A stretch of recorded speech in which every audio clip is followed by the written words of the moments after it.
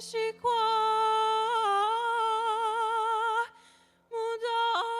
amore fumo falme.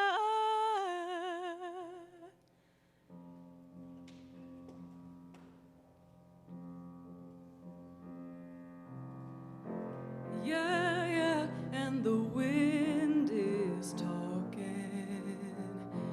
Yeah, yeah, for the very first time. Will the melody that pulls you towards it, painting pictures of paradise, saying, rise up to the light and the sky, watch the light lift your heart up, burn your flame through the night. Whoa, spirit, watch the heavens open. Yeah, spirit, can you hear it calling? Yeah, yeah, yeah, and the water's crashing, trying to keep your head up high. When you're trembling, that's when the magic happens, and the stars gather by your side, saying, rise up to the light and the sky, let the light lift your heart up, burn your flame through the night. Yeah, spirit, watch the heavens open. Yeah, spirit, can you hear it calling? Yeah, your destiny is coming close. Stand up and fight. So go into that far-off land and be one with the great I am. I am.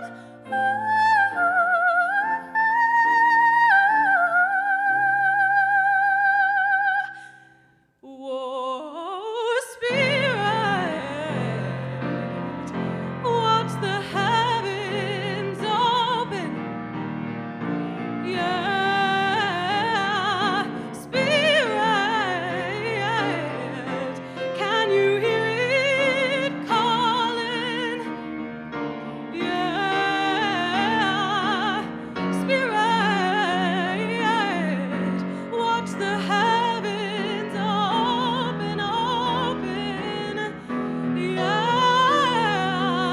spirit, spirit, can you hear it calling? Yeah, your destiny is coming close. Stand up and fight.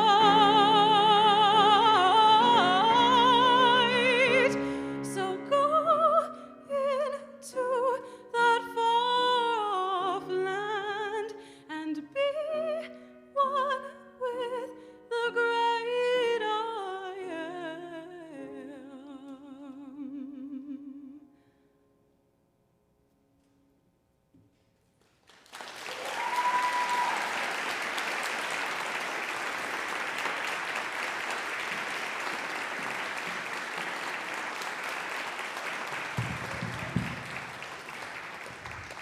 I would love to thank our performers, Lena Westreich and Tony Shree, for performing Beyonce Spirit. Thank you so much. That was beautiful.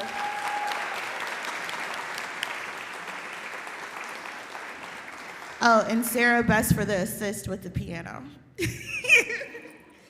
Good morning. My name is Lillian Evans, she, her, and I have the privilege of being the MLK Day Committee Chair for this year. Today's Justice Dialogue is titled Sustaining a Commitment to Justice, led by our very own Ryan Ozar visiting professor of education, and our teacher of the year, Kurt Russell. I would like to welcome the panel up.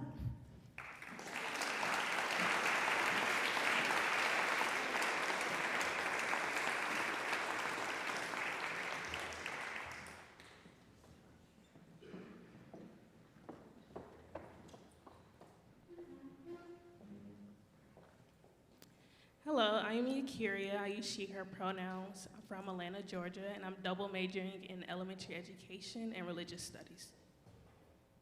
Hello, my name is Laura Gentis. I'm a senior history and education major at the college, and I'm from Parkville, Ohio.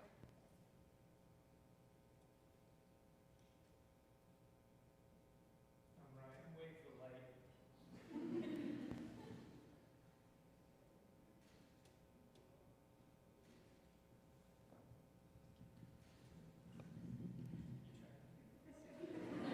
I think I broke it.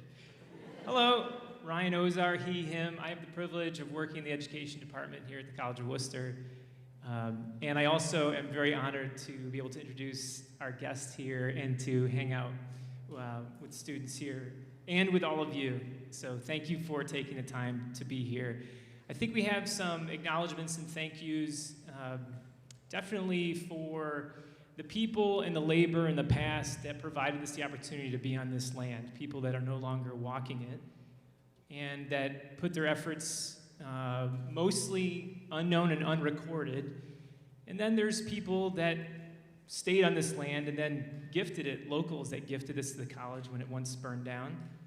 And the community continuing to contribute to the college, and hopefully the college continuing to contribute to the community. I hope that's happening today with people in the audience that are college folks and our Worcester community folks. So some acknowledgement to the past, but also to the present. There's a lot of work that has gone into each piece of this, from the sound to making sure the room is here. So especially if we could give a round of applause to Lillian Evans and the MLK Week Committee.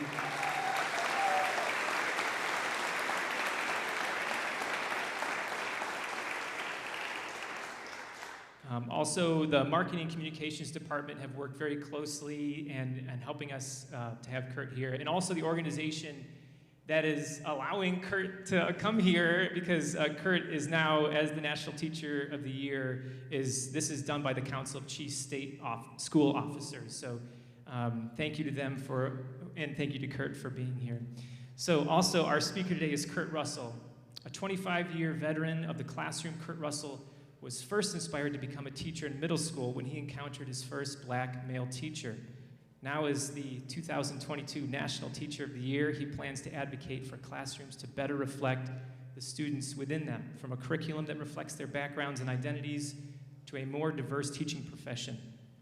Kurt teaches history at Oberlin High School in Oberlin, Ohio, where he was born and raised. His classes include African American history, which he has taught since the late 1990s, and race, gender, and oppression, a class he developed.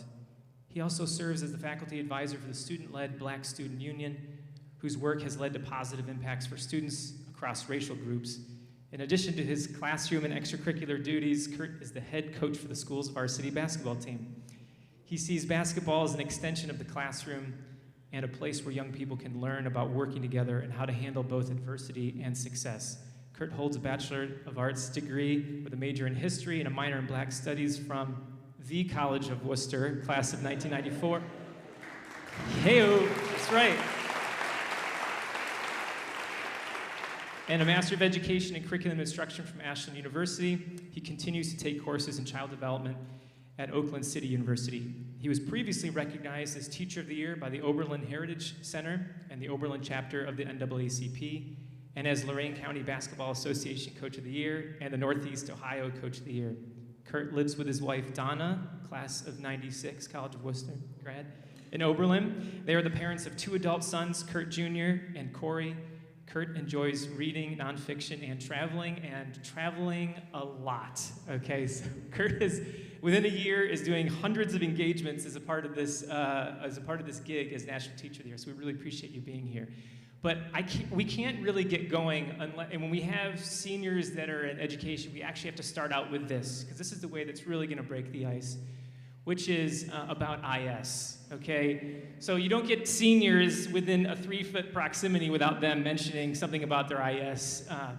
So we also have students here that are double majors, so they're actually doing 2 capstone experiences pretty soon. Student teaching is starting for both Eukaria and Laura, but also in IS and other departments. But Kurt, can you just start off? Just tell us about your IS. What was your capstone experience? Well, most definitely. First of all, I just wanted to say, Ryan, and to you too, thank you so much for having me here. It's been since '91 since I've been in this particular space in Shida. So thank you for inviting me. My IS topic, my senior year, was titled To Hell and Back, the Effects of Reconstruction Upon the Lives of African Americans.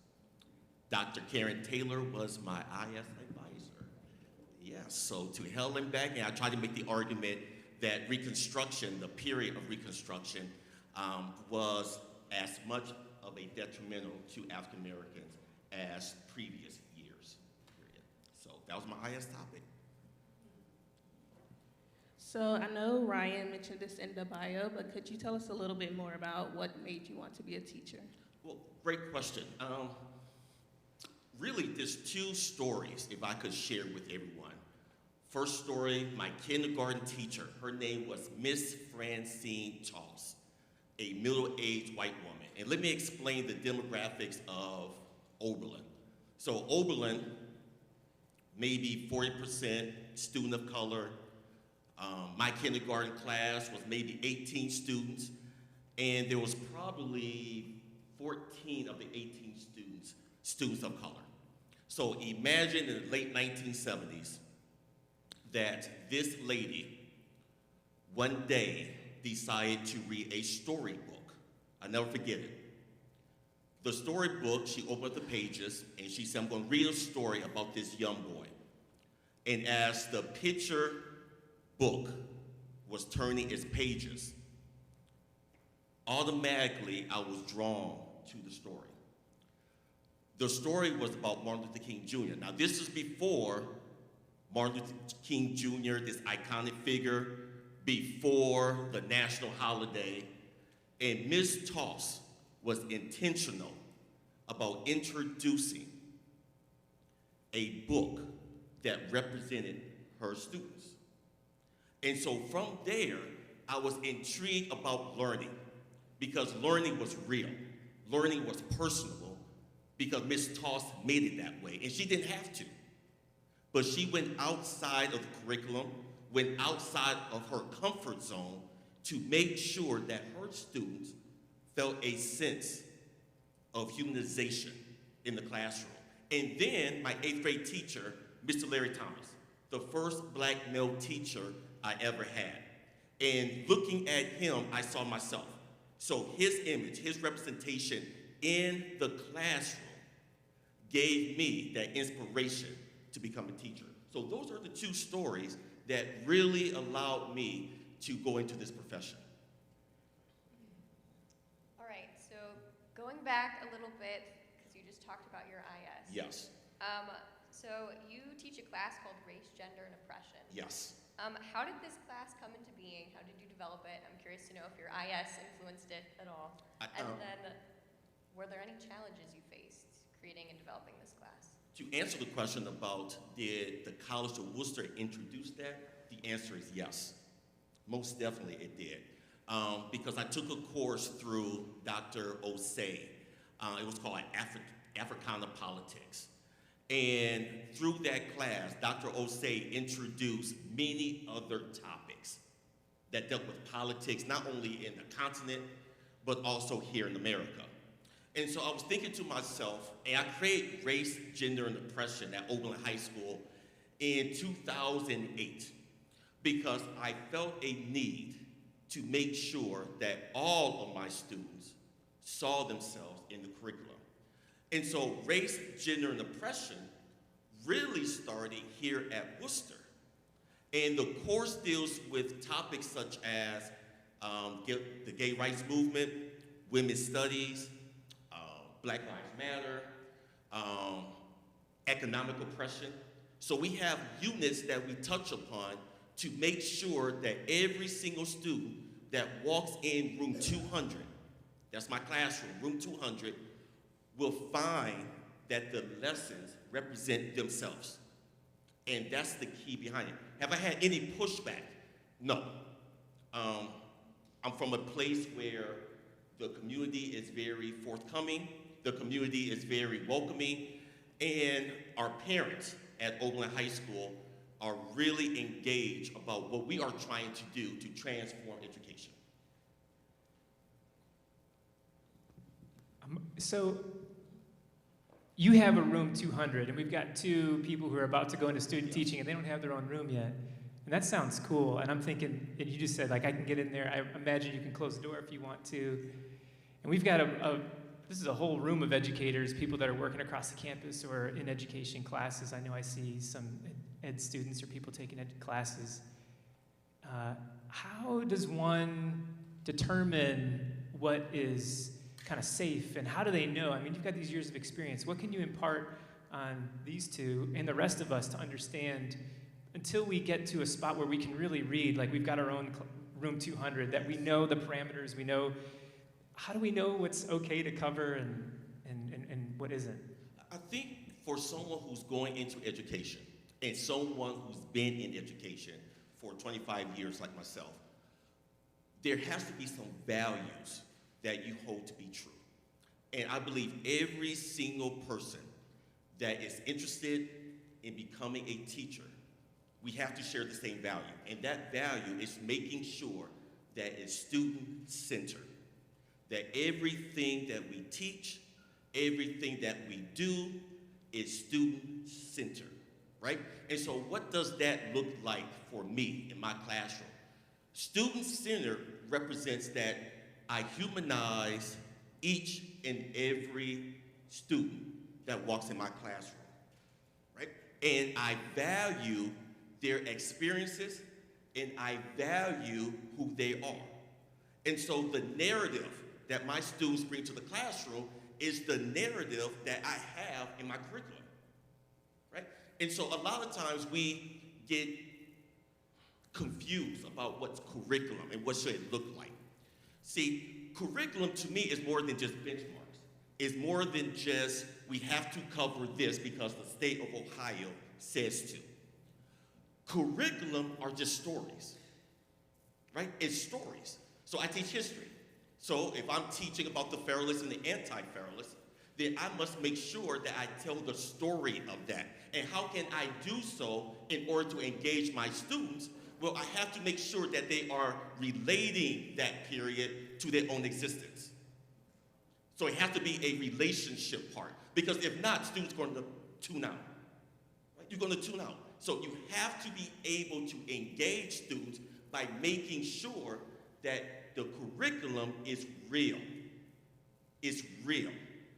And the only way to do that is to have value that has to be student-centered.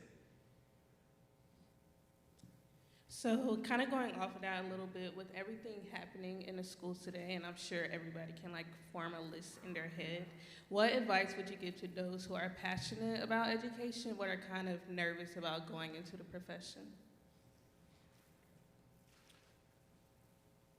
To be comfortable with the uncomfortable. To be comfortable with the uncomfortable. What does that mean? It means that every single day when I walk into 200, I get butterflies. And that's after 25 years of teaching. Every single period of the day, I get butterflies. I'm not nervous, I'm not scared, I have butterflies. The butterflies represent, I want to make sure that I provide the best opportunity for my students. And it's okay to fail. It's okay to fail. There are lessons that I teach that are absolutely horrible. Absolutely horrible. And I reflect upon that because failure makes you grow. Being uncomfortable allows you to grow. And it's okay. So as you journey through student teaching that's coming up and your first job, it's going to be nerve-wracking. You're going to have those butterflies, but those are good butterflies because those butterflies means that you care. Once I stopped having butterflies, that's the day that I'm going to retire. But that means I don't care anymore. So every single day, as I walk into my classroom, I have butterflies because I care. Make sure you hold on to your value. Your value is student-centered. Mr. Russell, do you have any advice for teachers who want to incorporate more social justice education into their classrooms but don't think that they'll be backed by parents or administration? Yes, two advice. My first advice, if I could, just recap what I said earlier. What's your value? Make sure you hold on true to that. If a school district does not share the same value as you share, then my suggestion is to find that school district that does. To find that school district that does. If that's not possible, then what you have to do is to make sure that your morals of that social justice that is so needed in our classroom is given through you. It takes a lot of bravery. It takes a lot of courage. It takes a lot of strength, but it is so needed. And there might be times where someone feels as though they're being ostracized, being ridiculed, but those values that you hold on to will get you through it.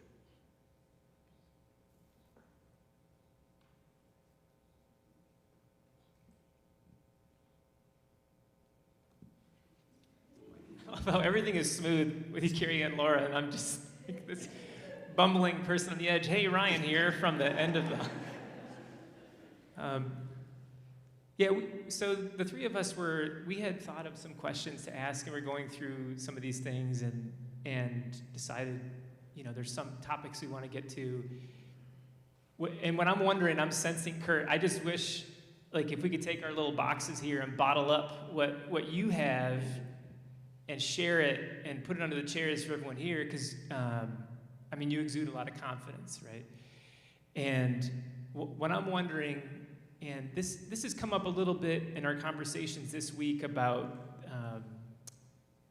what is the source of where we are with committing ourselves to justice work in whatever profession we're in or whatever actions we're in our everyday lives.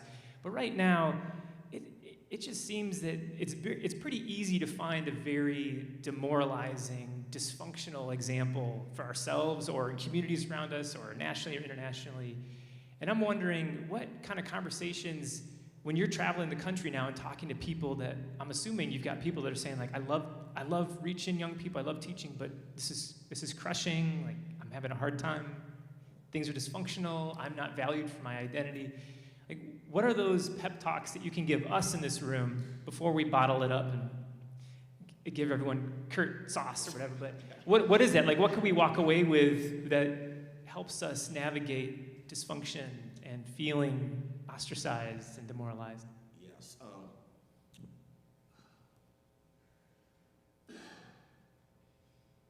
My whole experience, the only job I ever had was a teacher in Oakland. I never taught anywhere else. So that's the only job I ever had. When I first started in 1996, 97, I was very straightforward in my approach to teaching. I took what I learned from my grad school education, pedagogy, and I tried to incorporate that in myself. In my first couple of years, it was not working. And it was not working because it wasn't who I am as a teacher. When individuals become demoralized, especially in education, it's because, number one, they are trying to follow a script that is tugging at their heart. The script of, I need to make sure I don't cause any waves or disturbance because I need this job, which is admirable. I'm not criticizing that because you're trying to make a livelihood of yourself. But following a script to keep a job will make you an ineffective teacher. And so I stopped following a script. I stopped following a script that excluded my students. So when I open up that textbook and the only pictures I see and the only lessons that was in these books was from a Eurocentric perspective, that's when I said, I have to stop. And so I must take the initiative to add more resources to these curriculum to benefit the students, but also to benefit me, because I wasn't well. You know, I'm not well teaching about a single story. I'm not well. I can't teach one story. And so I became well when I started teaching multiple stories, when I started including women in my lesson, when I started including African Americans in my lesson, when I included Native Americans in my lesson, when I included the LGBTQ plus community in my lesson. That's when I became well. And that's when I became as happy as I could be in the classroom. And it didn't matter for me personally who criticized my teaching, because I knew what I was doing was correct. There's no argument against teaching to every single student. If someone could debate that with me, I would take that challenge every day. If someone could debate that it is wrong to teach to every single student lived experience, then I'll take that challenge every day. And that's when I became well. And so for any prospective teacher that feel as though that script is tugging at your heart, it is. If it's not grounded in social justice. And social justice in education is equity for every single student that walks in your classroom. The able, the disabled, gay, straight, black, white, doesn't matter. Whoever walks into your classroom, you have a responsibility to teach them to the best of your ability. That's my little bottle up. Yes, bottle that up. I think that was great, and to kind of go off script a little bit. So a lot of places try to include diversity, equity, and inclusion. But in my opinion, sometimes they may hit the diversity mark, but not so much equity and inclusion. How are you ensuring that you're always including all three factors? Yeah, you know, one of the major problems with DEI work, in my opinion, is that you try to force it. Right? So you have DEI work and you force it in the classroom. And that's when DEI work become non-existent to me. Because you can tell when something is forced. Right? So it has to be grounded in the classroom. And that DEI work has to be a sense of belonging.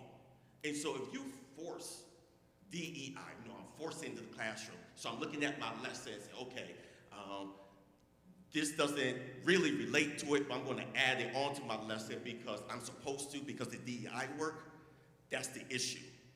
Right? And so it has to be authentic. And once it's authentic in the classroom, that's when you have these spaces where students are able to have this great, great discourse in the classroom. You can't force it. Can't force it. Thinking about kind of engaging students in discourse, how do you manage to get students and pull students into conversations that a lot of adults shy away from? Students are easy because students want to talk. I never met a high school student that does not want to talk about current issues. Right? And so I really try to formulate my class, first of all, by setting some ground rules. You know, that old ground rules, first day of class. You know, you need to make sure that your students feel safe and secure in your classroom.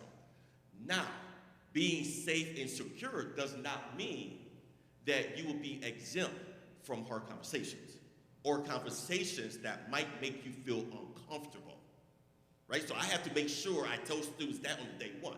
There's gonna be some topics we talk about in this classroom where you might feel uncomfortable, but that's how you grow.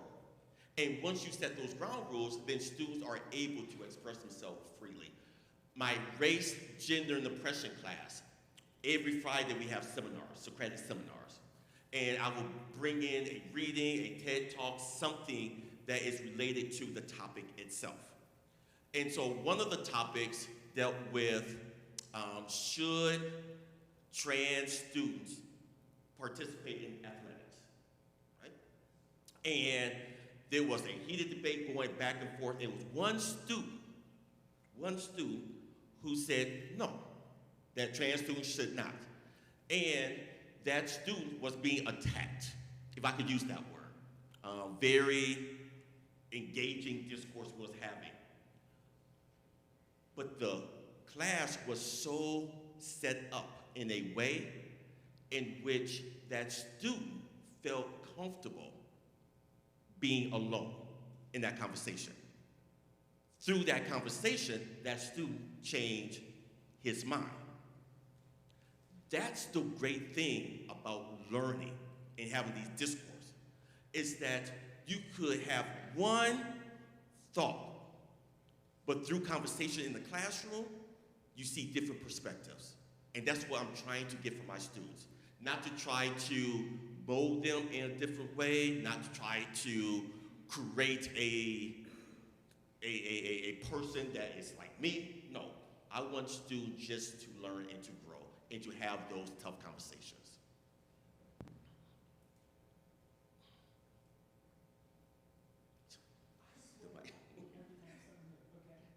So can I get back to the concept you talked about being well? Yes. So you said, you recognized, you knew that you were well once you started kind of clicking and not taking something from the script. And I'm trying to make a connection to Reverend Dr. Martin Luther King. And I've had discussions in class when we've worked with some of King's work where we've noticed a lot of the popular imagery and video that we see of Dr. King. He's never smiling. He's very solemn. And then we read some later pieces before he was assassinated where it's very dark. It's very dark. And I think, man, here we have a whole week trying to embody the spirit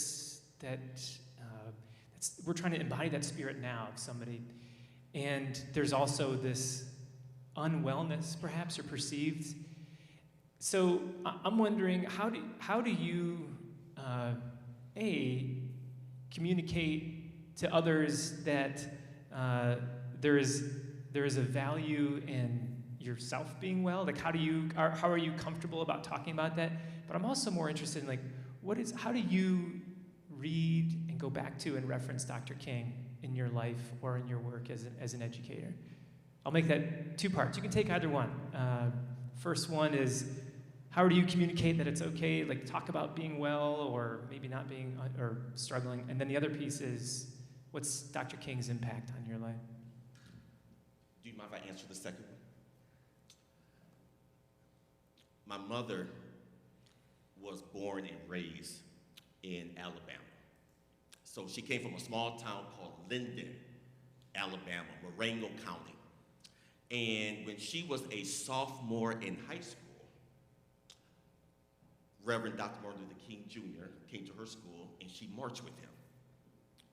And so at an early age, my mother always told us this story, especially around the holiday, that she marched with Martin Luther King Jr.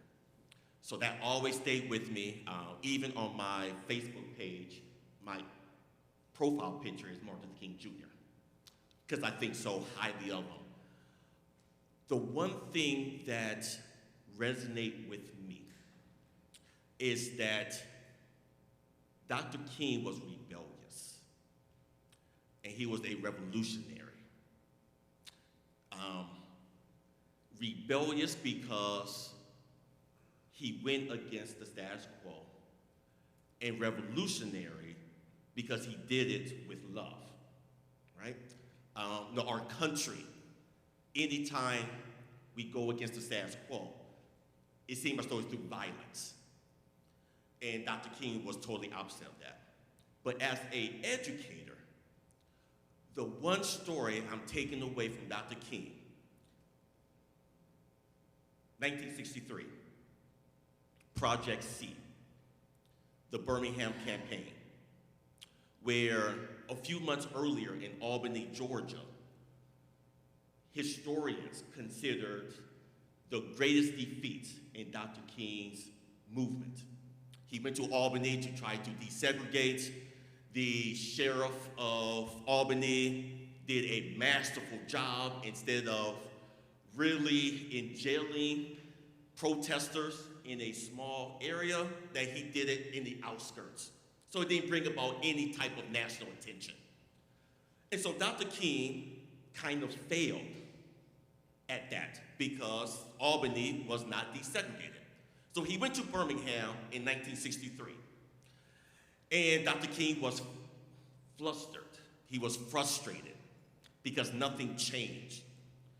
And so that's when the great letter of the Birmingham jail came about, where he walked out of his hotel. But the thing that stands with me, Project C for Children, where Dr. King used children to get the message across. Now, what am I saying? 2022, we still have political division. We still have hatred. We still have this negative discourse. In 63, King used children's voices to make a movement.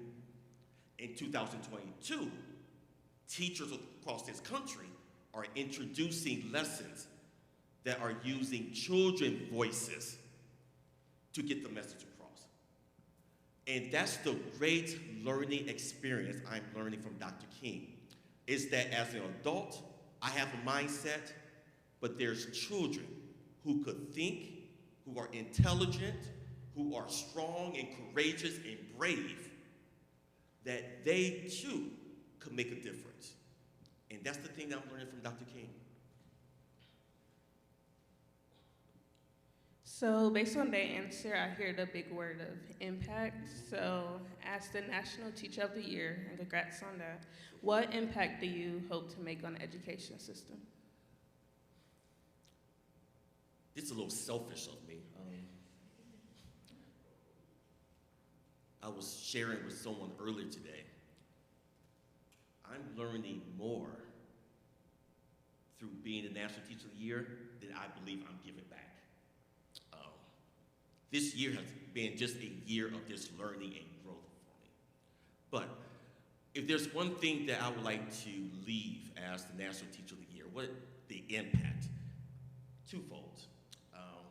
Making sure that students see themselves in the curriculum, and making sure that we retain and we recruit individuals that is grounded in social justice to do the work. We need to diversify teaching. We need more women in STEM. We need more men in the primary years. We need more teachers of color. Only 2% of teachers are black males in this country. 2%. Right? And so every single student needs a diverse faculty, a diverse staff in order for them to develop.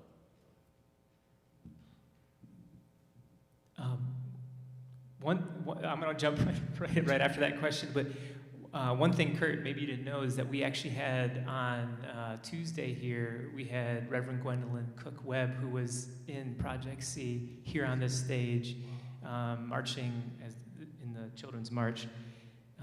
Hopefully some of you are seeing that connection. That was not a planted comment. That was, thank you. No problem. Thank you.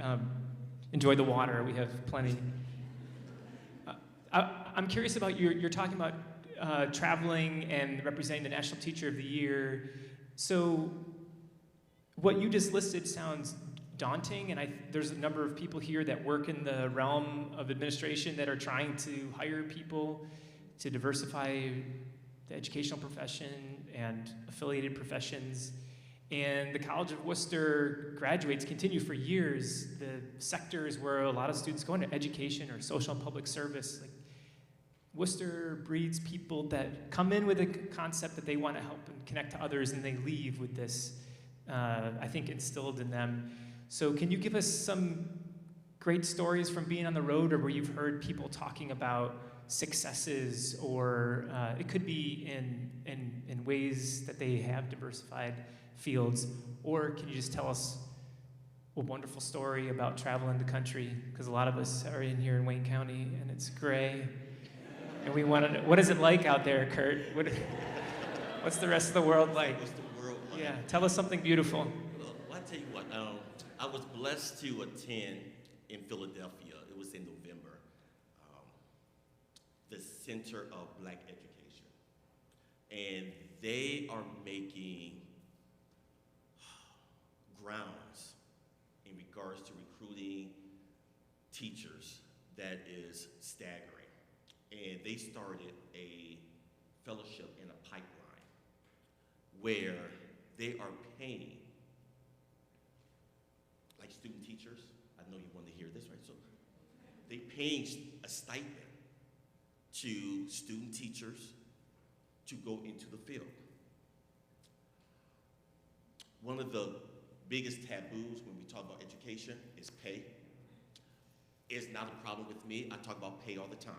If you want someone to go into a field, and if you find value in something, you pay that individual.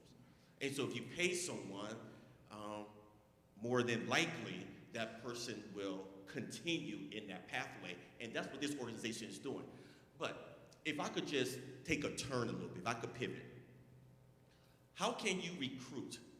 And this is my experience, so I would like to share, if you don't mind, how can you recruit black male teachers, right, which is passionate for me. Like I said earlier, 2% of teachers are black males. How can you do so? It starts in the primary years, in the secondary years. If black children have great experiences in schools, then they will find the joy of being a teacher. But if you have black children being removed from classes, disciplinary issues, then they're going to have this hardened heart about education.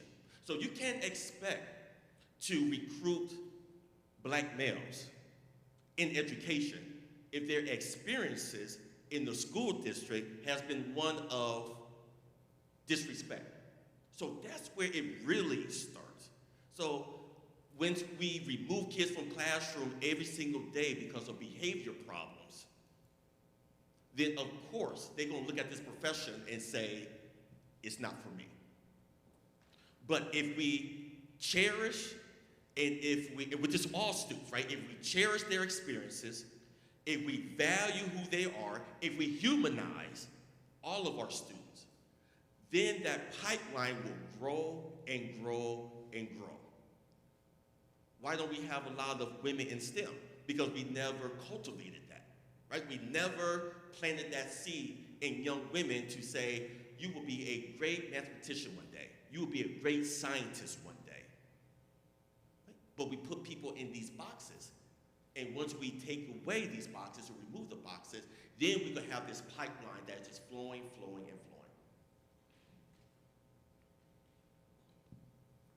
Kind of wrapping up here before we move and hear from the audience. What's something that the lovely College of Worcester has taught you and will stay with you forever? I know we have to bring up Worcester, that's right. An assignment that I have in my classroom is called a talking point, like a 2-page quick reflection piece. I learned that at Worcester. So my professor had a talking point at Worcester. But the most important thing is critical thinking. It's critical thinking. It's being in spaces where people are different, but able to have conversation that is courteous and kind. And that's what I try to implement in my classroom. Worcester was a place where I learned more outside of the classroom. I learned walking down Calc Walkway, or having dinner in Lowry, or having dinner in Kittredge. Is Kittredge still open? It's got okay. On Tuesday used to be soup and bread. Soup and bread. Yep. So having those conversations, that's the one thing that Worcester really encouraged me to be myself.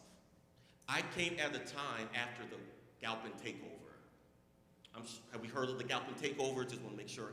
Okay, so Worcester was really, really committed after the Galpin takeover to recruit minority students.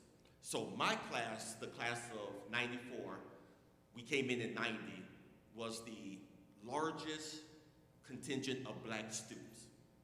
I think we had like 45 black students that came in 1990 after the Galpin takeover.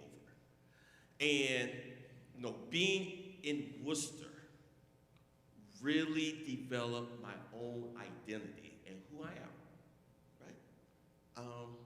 Kurt Russell in this microcosm of America. And that's the one thing that I cherish about Worcester is the learning opportunities that Worcester provided for me each and every day. Outside of the classroom, in the classroom, every day I learn. Thank you so much for being with us today, Kurt. We have a couple minutes for audience questions, if we're doing all right on time. So we can pass off microphones here in a second. So if you have been sitting on a question this whole time, now is your opportunity. On a side note, I have two students here. Students, can you just raise your hand, please? Thank you so much. Appreciate both of you coming.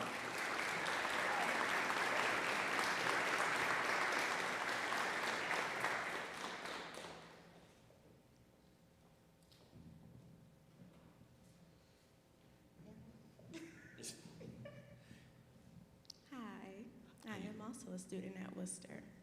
I'm in my senior year, and just talking to someone who, you're an alum and you did decide to come back. When you graduated, did you ever see yourself in this position as coming back to Worcester and giving back, especially for the black students and just the greatest campus community? And then if you didn't, was there ever a change? Great question. I was on the alumni board, maybe 2003, 2004. And I was also, my wife and I was on the, forgive me, I'm not sure the exact name now, but the Black Alumni Affinity Group board as well. So I always had a sense of respect for Worcester, and I always wanted to try to reach someone at Worcester. And so my students would tell you that I always talk about Worcester in my classroom. Like, I had this great learning experience in this small little school in Ohio, and I think that you would be a great fit. So maybe physically I have not been back as often, but my role as a teacher, I always give back in regards to trying to recruit students to come to Worcester. And the reason for it, because Worcester gave me so much personally and professionally. Personally, some of my closest friends are Worcester alums. My wife is a Worcester alum. And professionally, by taking courses with professors that cared and was knowledgeable, provided me with that with my students.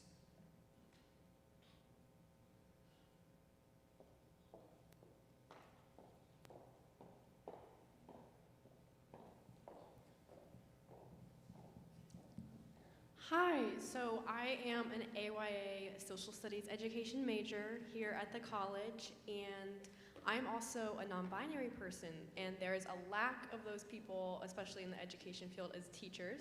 So what advice would you give to someone with a differing gender identity going in as a teacher who will not see other staff members with that same identity? Great question. And I have a similar story where I was the only black male teacher in my entire district for maybe 10 years. And there's a sense sometimes of loneliness, but also it's a great opportunity to teach. I always tell individuals that your presence alone means so much. Your presence alone means so much to students. Your stories mean so much. And so my advice is the same advice I took myself, is to be a teacher of the moment, to tell my story, and to provide students with representation in front of the classroom.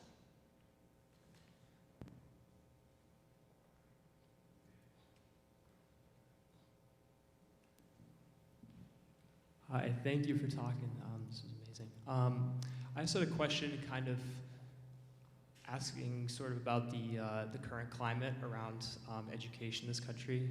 Like you hear stories in, say, Florida, where like Ron DeSantis and like other, a lot of Republicans kind of are giving the power or giving sort of the autonomy to parents, a lot of times in the districts and whatnot, to sort of shape like what books we read and the narratives that we kind of share with our young people.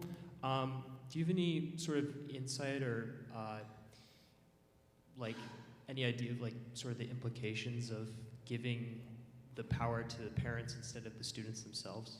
You know, I'm a big supporter of community building. I think schools are part of the community. I'm not an advocate or a fan of parental control. And I say this, teaching is probably one of the only professions where others will have a say-so. If you go to a doctor and the doctor prescribes you with a pill, you have a headache or something hurts, you don't get backlash from parents and say, hey, let's talk about this pill and let's do this. And there's an engineer that is building something. You won't have all of these outside individuals speaking about this building being built. But a book is being read in the classroom, now all of a sudden, you have everyone coming out to say something about it. So no, I'm not a fan of that because a person went through 4, 5, 6 years to be an educator. I trust that person to make the sound decision for students. Now, if that individual does not make a sound decision for students, then that's when it needs to be some administrative action. But just to have parents dictate what should be taught in the classroom, I'm not a fan.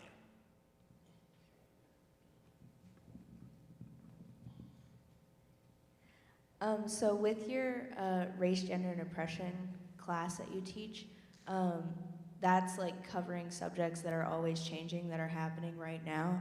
And so how do you like adapt your curriculum for that class through the year or at the beginning of each year when things are still happening throughout the year and so often? Yeah, that's great. And I think you answered that question because you were saying things are evolving, so I evolve with it.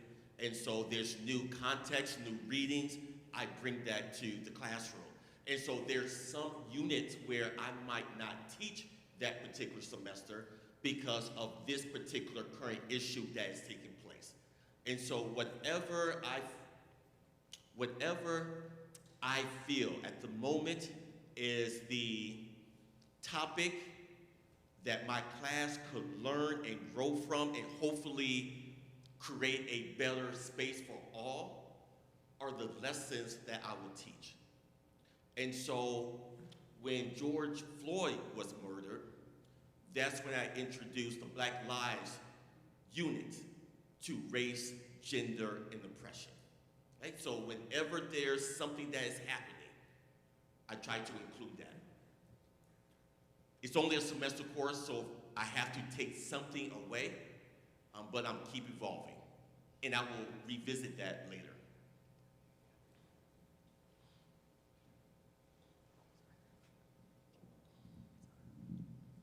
Thank you. My question is, what do you think are some things that, as a teacher, you couldn't learn in the classroom, that you had to learn when you got into the classroom? Or, yeah. Okay. Does I'm that, sorry. If I could hear it correctly, is one thing that should not be taught in the classroom? Is no, sorry. When you were studying to become a teacher, Yes. what was something that you learned while pursuing your bachelor's that once you became a teacher and were working in a classroom that you felt like you didn't find while studying for your bachelor? If that makes sense. Sorry. Yes. I took a course, I think it's called like Methodology of Education. And forgive me if I'm not answering your question, but in this course, they talk about proximity. If there's a disturbance in the classroom, that you go up to that student, have that proximity space, and that student will automatically start behaving. Trust me, if you are taking that, that does not work per se, right? So that's the one thing that was taught to me that I don't use. And the reason for it, in order to have classroom behavior, it's all about relationships. So once you build relationships, you don't have to have this proximity method of keeping the class under control. All about relationships.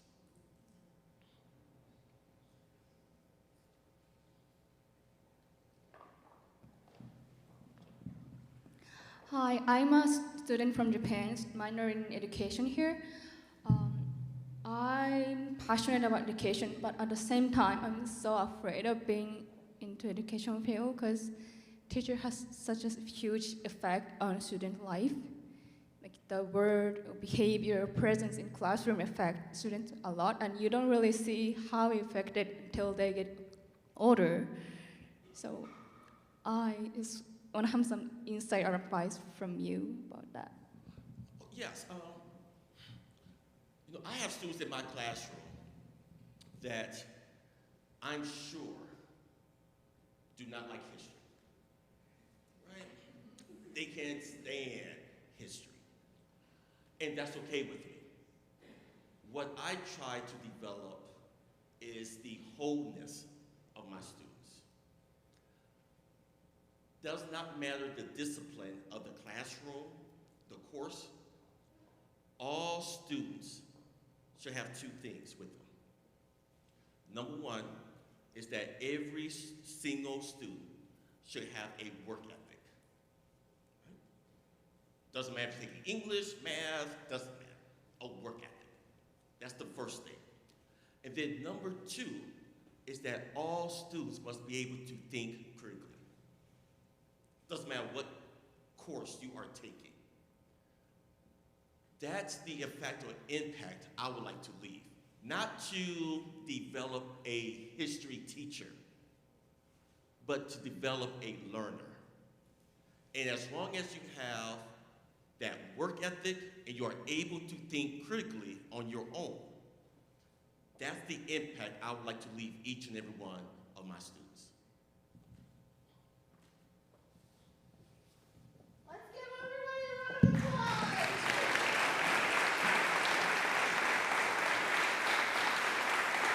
We would like to thank our wonderful panel and especially Kurt Russell for coming back and giving back to your community. We really appreciate it and we're very proud of you. I would like to invite everybody back tomorrow at 11 for our keynote, The Fierce Urgency of Now at McGaw. And I hope you all have a great rest of your day. Thanks.